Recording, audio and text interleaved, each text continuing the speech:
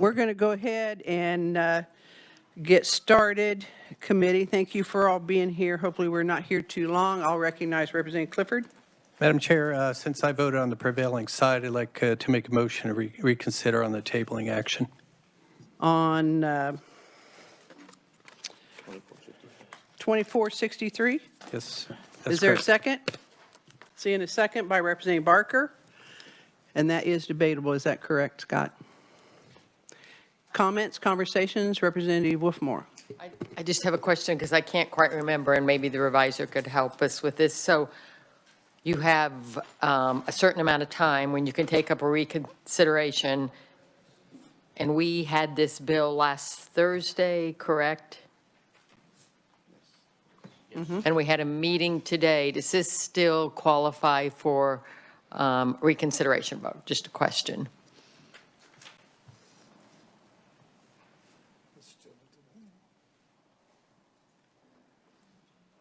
Madam Chair, can I ask the reviser? Thank you. Thank you, Madam Chair and Representative.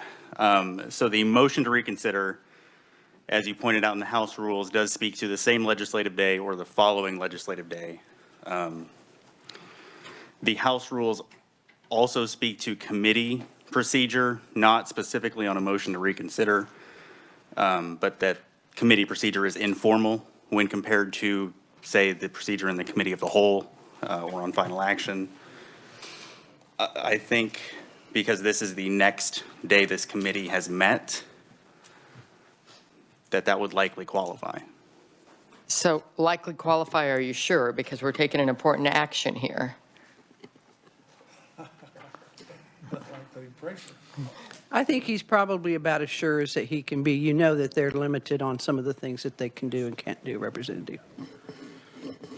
Okay, thank you. Representative Wolfmore. I'm sure I don't need to say this, but I will be opposing this. Thank you. Really? Questions, comments further? Representative Reese. I too will, of course, vote no against this. You know, we still don't have an opinion from the AG. So the whole legality of this entire bill is still in question in my mind. So just wanted to say that for now. Further comments, questions? Representative Kelly. Just so I'm clear, this is to reconsider, then we'll have another vote on the bill. Yes. Okay, thanks. Further questions, comments? Representative Barker. Thank you, Madam Chair. I was here last Thursday when the vote took place. I was not on the prevailing side. I did ask Representative Clifford when he walked outside, and I think the comments were pretty clear. He told me, he said he did not understand the procedural matters that were going on. And so I said, well, you do have an opportunity to revisit that, because Friday was pro forma. That's not a day we count. And then, of course, today. So it's his choice. But he did tell me at that time that he's a freshman member. He wasn't familiar with the procedural matters. Thank you, Madam Chair. We've all been there and done that. So further questions or comments? Representative Clifford. You may close. I would recommend approval of the motion. You've heard did we have it was seconded by Representative Barker. So the motion by Representative Clifford, seconded by Representative Barker. All those in favor signify by saying aye. Aye. Opposed, no. No. Ayes appear to have it. Ayes do have it. Motion passes. So now, if I understand it correctly, we're back on the bill. Is that correct? We need to put the amendments in. Yes. Representative Epley. Madam Chair, would you like to tee the bill up first or the amendments, ma'am? Well, I think the bill's back up, isn't it? We have it. Yeah, It the is bill's, back. yeah, Okay. the bill's back Then, up. all right. Madam. Okay. We're on the bill. And then he's going to offer the I hope amendments. so. Madam Chair, I'd like to make an amendment to put in the balloons as appear here.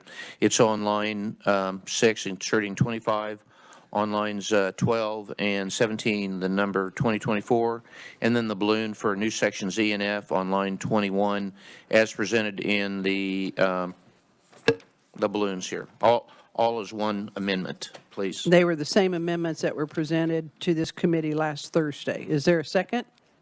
Seconded by Representative Arnberger. Questions or comments on the Representative Wolfmore? Madam Chair, would there be another copy of that? I didn't bring mine with me, and I just want to look that over again. Here, I'll share mine. Thank you very much.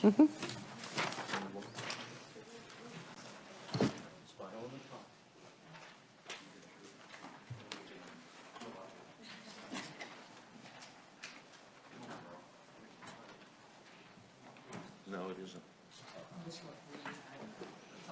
That's fine. Okay, well, we're just waiting.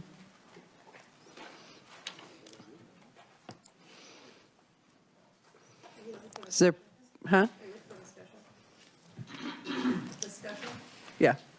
Representative Arnberger. Thank you, Madam Chair. One thing I like about this amendment is that I feel like the maker of the amendment, crafter of the amendment, took the concerns from the Medicaid director, such as the 2 years and so forth, and made it into 1 year. So I appreciate that, and I felt like there was compromise created, and it addressed those concerns. Thank you. Further comments, discussion, questions? Representative Epley? Again, I also think the amendment addresses the concerns about rapid turnaround when needed by the LCC to address those concerns when they come up, although I think they're going to be pretty rare over the course of a year. But again, I think the amendment attempts to address that concern. Thank you. Questions, comments? Representative Clifford and then Representative Reese. Thank you, Madam Chair. I'd just like to point out to my fellow committee members that I do think it's been mentioned to us that there are many landmines from policy standpoint going forward. However, I will support this because the amendments and also the bill, because of paragraph D on line 18 and then line 19, that the Secretary shall submit to the to CMS any request for approval. I personally think that they will not approve this, but I would like to see us go forward with that request to CMS. Thank you. Yeah, just so you know, they have approved it one time before for a year. Representative Reese. You know, we don't know who crafted the bill. I don't, in the times that we've been discussing this bill, I still don't know who. I understand Representative Farnberger was not the carrier of the bill, didn't present the bill itself, but I don't know who did. You know, this still does not address the legal piece to this, and we still don't know if this is legal, and doesn't appear to be legal to me, but I'm not a lawyer.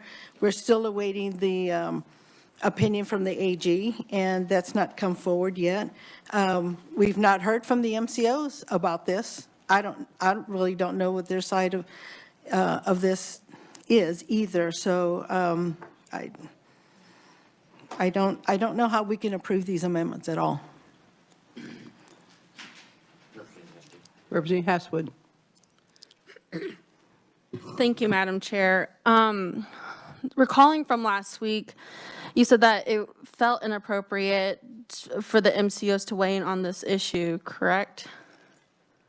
Well, I think it would be because it's about extending their contracts, and I'm not sure that they would want to get into that debate, but you're more than free to call them and talk to them. Okay. And what have they said about their ability to carry out the extension of these contracts if this bill passes? You know, I just want to make sure that the MCOs are able to continue meeting the needs of those on Medicaid. Is one of my concerns. I don't know that that's going to be a problem. Okay. Thank you, Madam Chair.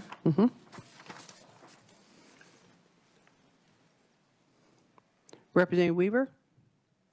Meyer, excuse me. I'm sorry, I couldn't.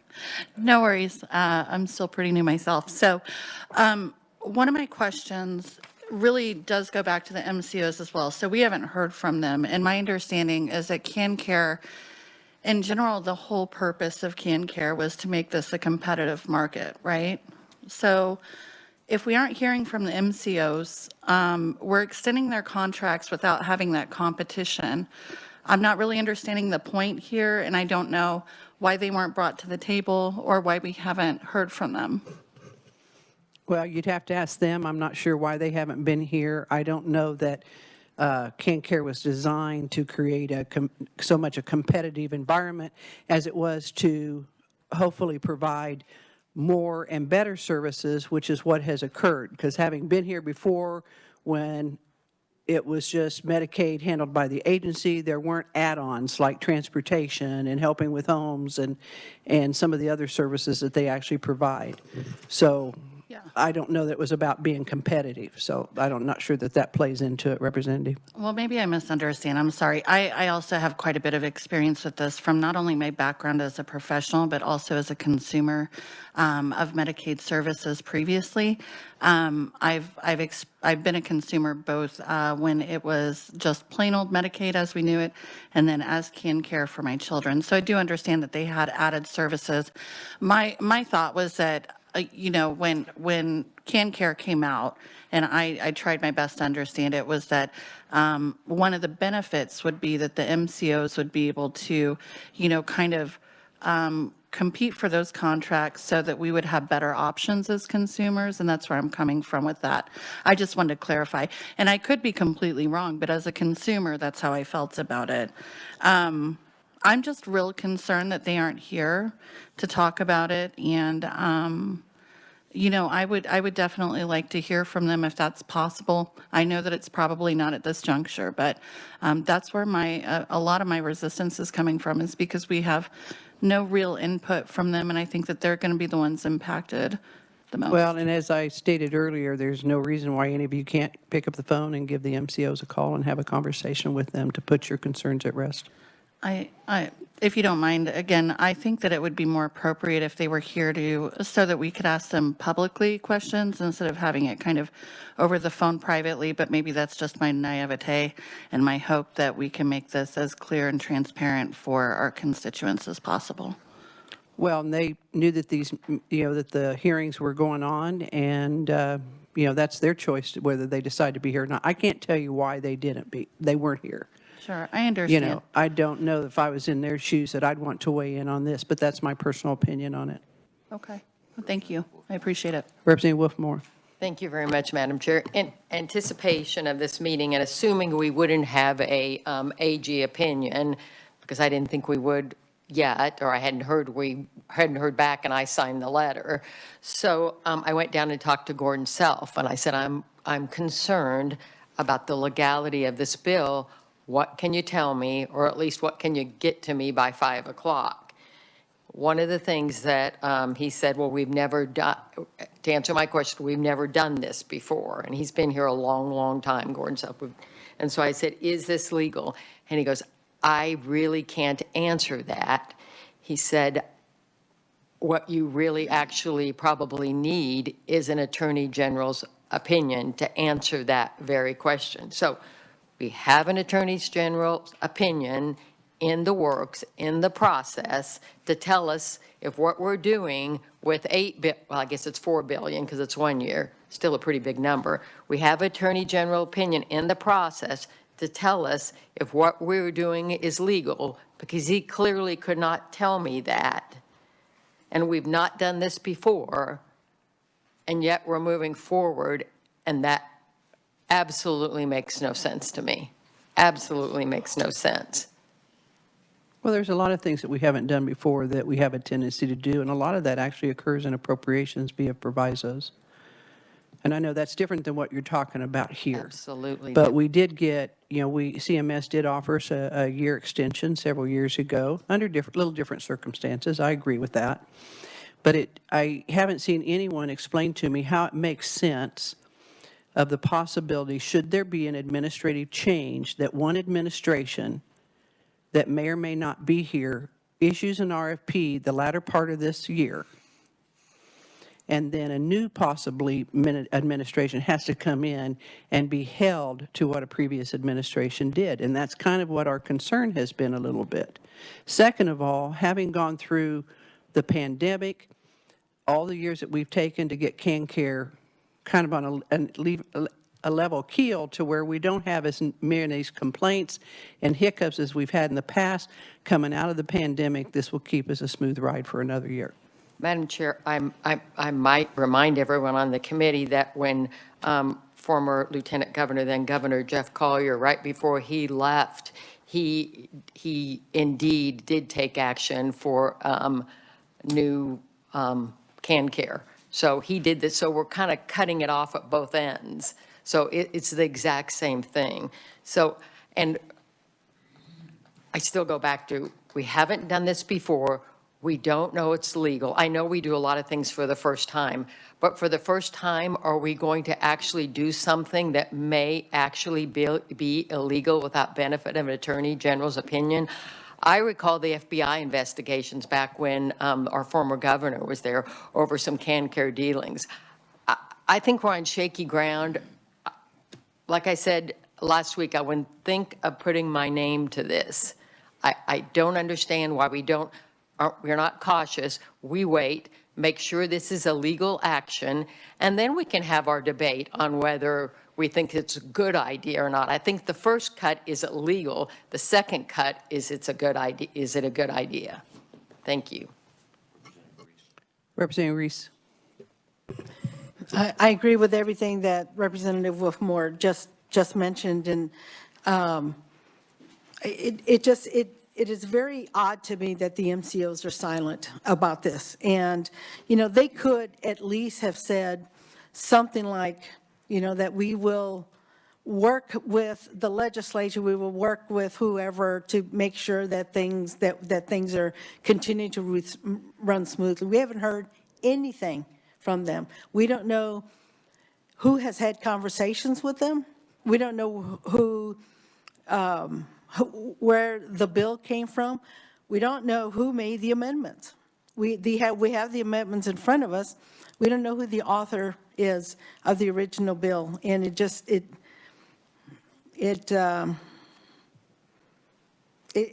isn't logical to me. And I'm a pretty concrete thinker, and it's just not logical to me that we want to pass something that we question the legality about. I think the other piece is, you know, that this is a lot of money. It's $4 million, and there's no competition here. We're just going to give the contracts, extend it, and why do it for 1 year? I know we were saying 2 years, 3 years, way too much. 1 year is also too long. It doesn't make sense to me. Why would we even want to do it for even a year? It just defies logic to me. And I don't hear anybody telling us who drafted the bill, where's it come from, who's the author of the amendments, and where are the MCOs on this? Well, Representative, I drafted the amendments based on the concerns from the hearing. And I believe that's what I stated last Thursday. Representative Hasswood. Thank you, Madam Chair. And just one more clarification, making sure I get this straight, that you yourself have talked to the MCOs. No. Okay, thank you. This was a legislative decision. Representative Wolfmore. More question. So last week when we were dealing with these amendments, I asked our Medicaid director if this solves the issue of if we have a bad actor, can we, take the nuclear option if we have to and get rid of that MCO or take action as needed. And she seemed to, well, she clearly said, no, this doesn't, nothing in these amendments solves that issue.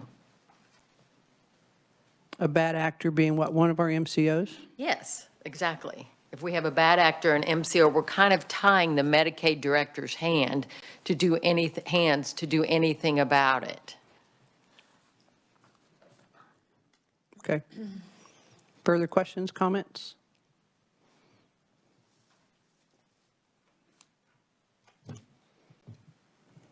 Seeing none, Representative Epley, you may close.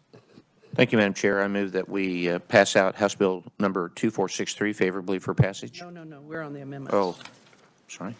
Getting ahead of myself. I move that we pass out the amendments as listed and as I outlined favorably for passage.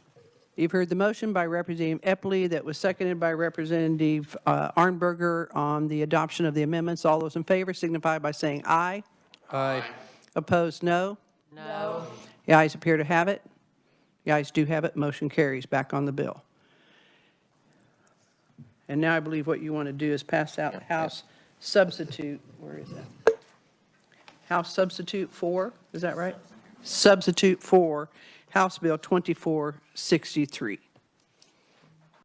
Representative Epley. Guess I should say what she said, but I move that the committee pass out House Substitute for number 2463 favorably for passage. Is there a second? Second by Representative Arnberger. Discussion or comments? Seeing none. All those in favor? Huh? Well, I didn't see it, but Representative Reese. I know this is, people are going to be hearing, this is all I'm saying, but it is. These are millions of dollars of funds that are going to 3 MCOs who have not been here. We have not heard from them.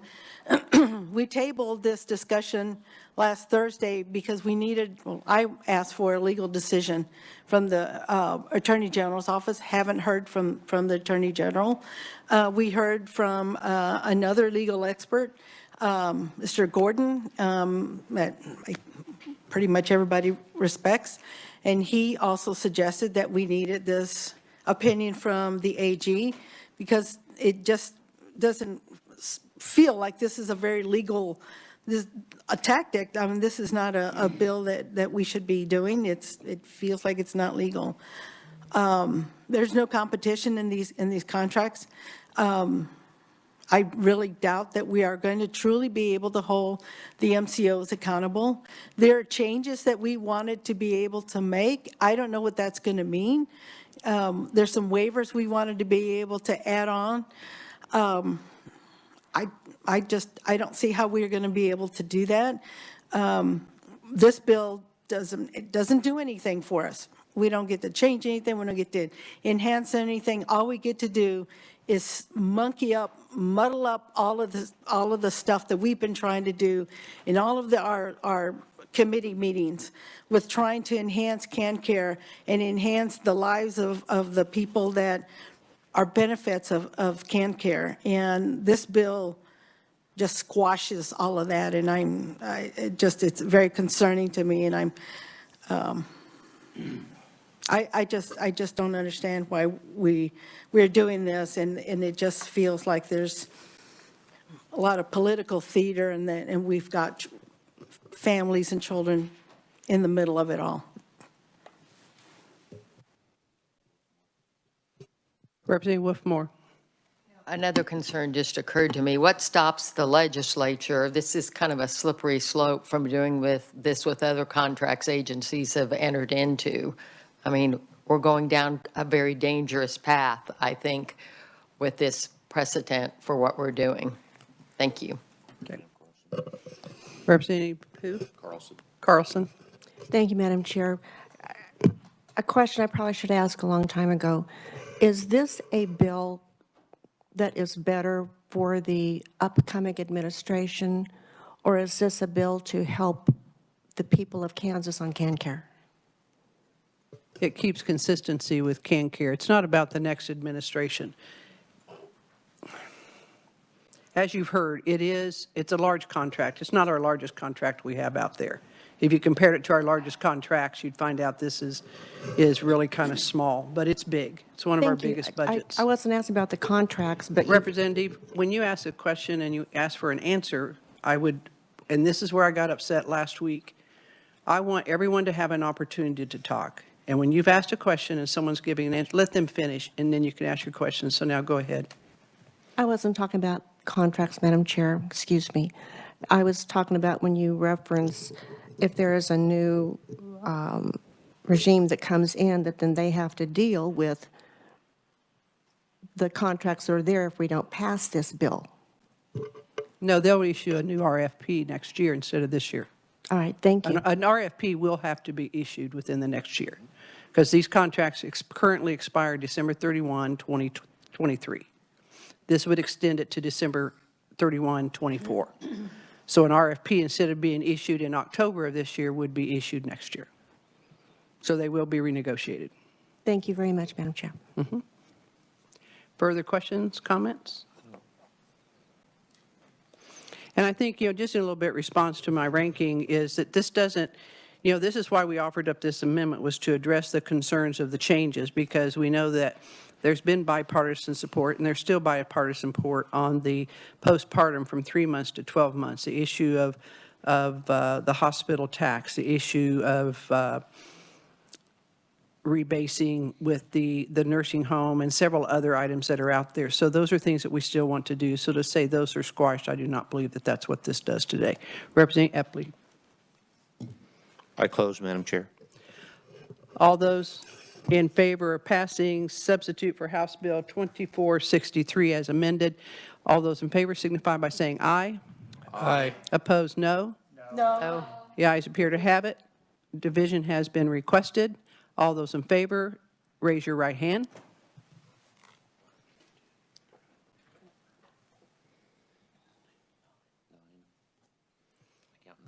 All those opposed, same sign.